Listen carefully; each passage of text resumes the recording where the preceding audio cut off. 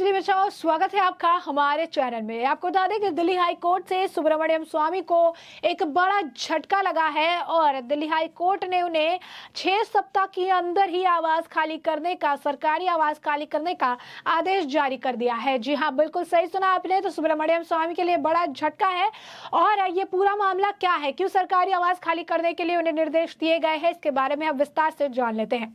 बता दें आपको कि भारतीय राजनीति के दिग्गज राजनेताओं में सुब्रमण्यम स्वामी ने दिल्ली हाई कोर्ट से बुधवार को यानी आज बड़ा झटका लगा है। उन्हें दिल्ली स्थित सरकारी आवास 6 सप्ताह के भीतर खाली करने होंगे, ऐसा कोर्ट ने उन्हें आदेश दिया है।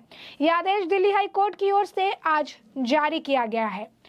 आपको बता दें कि पूर्व राज्यसभा सदस्य सुब्रमण्यम स्वामी को दिल्ली हाई कोर्ट से बड़ा झटका है। सुनवाई के दौरान हाई कोर्ट ने सुब्रमण्यम स्वामी को यह सुनिश्चित करने का निर्देश दिया कि उनके सरकारी बंगले का कब्जा 6 सप्ताह की अवधि के भीतर संपत्ति अधिकारी को सौंप दिया जाए। गौरतलब है कि राज्यसभा का कार्यकाल अप्रैल 2022 में समाप्त होने पर सुब्रमण्यम स्वामी ने सुरक्षा के खतरे को देखते हुए बंगले के दोबारा आवंटन की मांग करते हुए याचिका दायर की थी। वहीं केंद्र सरकार ने स्वामी की याचिका का विरोध करते हुए ये तर्क दिया था कि बंगले में अन्य मंत्रियों और सांसदों को आवंटित करने की आवश्यकता है, ऐसे में उन्हें बंगला खाली कर देना चाहिए। बता दें कि दिल्ली हाई कोर्ट ने भाजपा के पूर्व राज्यसभा सदस्य सुब्रमण्यम स्वामी को 6 सप्ताह के भीतर सरकारी बंगले पर कब्जा संपत्ति अधिकारी को सौंपने के निर्देश जारी किए हैं।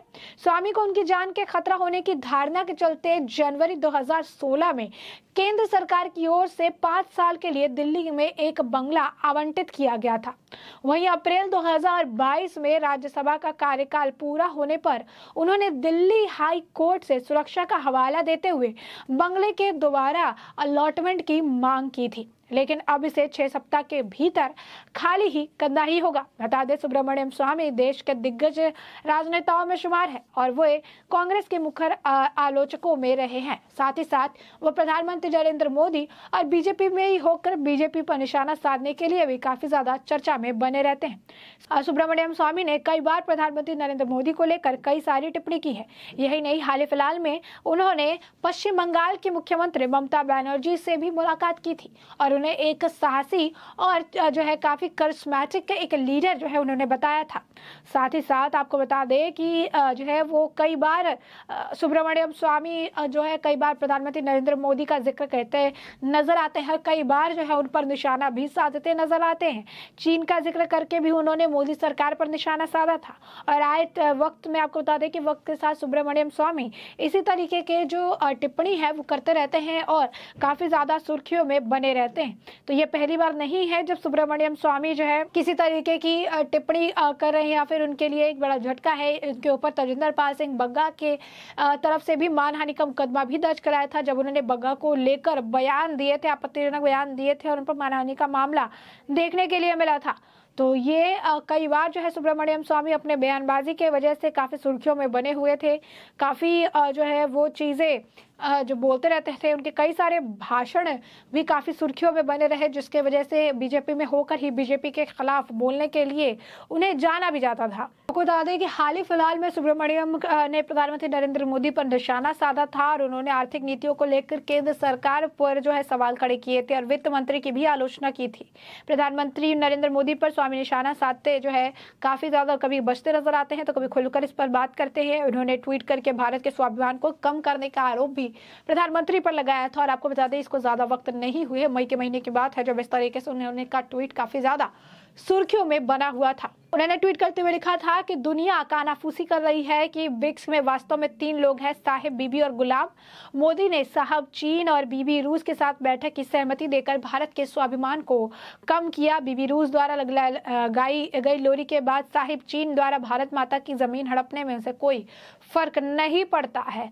तो ये उनके भाषण थे और ये इस तरीके की जो टिप्पणी है, आप समझ सकते हैं किस तरीके की ओछी टिप्पणी वो करते हुए प्रधानमंत्री नरेंद्र मोदी पर निशाना साधते नजर आते हैं। चीन का जिक्र करते हुए मोदी सरकार की आलोचना करना, गुलाम का जिक्र करते हुए मोदी सरकार पर भारत को जो स्वाभिमान है उसको कम करने का आरोप लगाना, तो ये काफी एक पुराना मामला है जिसे लेकर सुब्रमण्यम स्वामी हमेशा जो है बयानबाजी करते रहते हैं। अब आपको बता दें कि क्या वो मामला क्या था जिसे लेकर उन्हें जो 5 सालों का वक्त तक ये बंगलो जो है अलॉट किया गया था।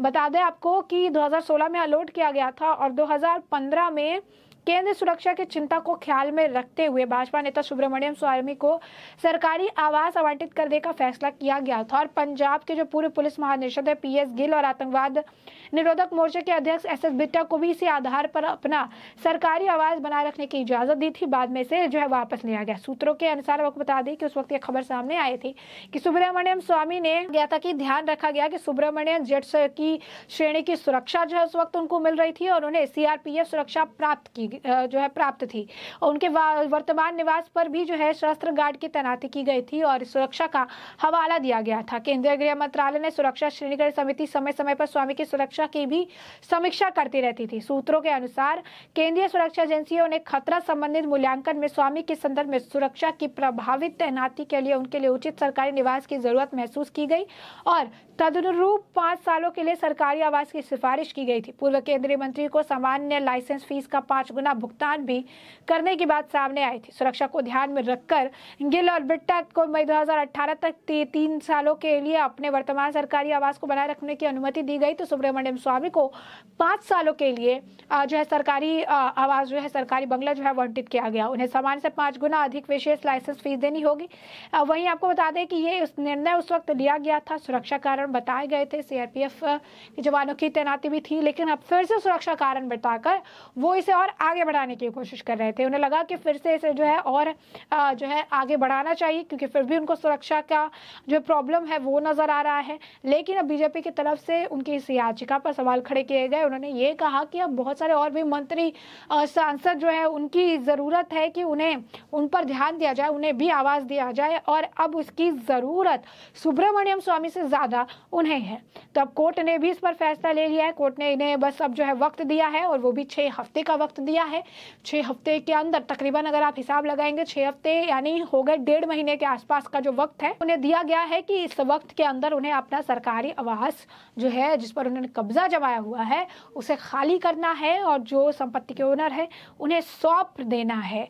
तो अब ये जो है ये कोर्ट की जो फैसला आया है और इस पर अभी सुब्रमण्यम स्वामी की प्रतिक्रिया का भी इंतजार है लोगों को कि सुब्रमण्यम स्वामी इस पर क्या कुछ प्रतिक्रिया देते हैं, क्योंकि उनकी याचिका में ये था कि सुरक्षा कारणों की वजह से उनके इस जो पीरियड है रहने का, ये जो समय काल जो यहाँ पर वो रह रहे थे उसे और बढ़ा दिया जाए।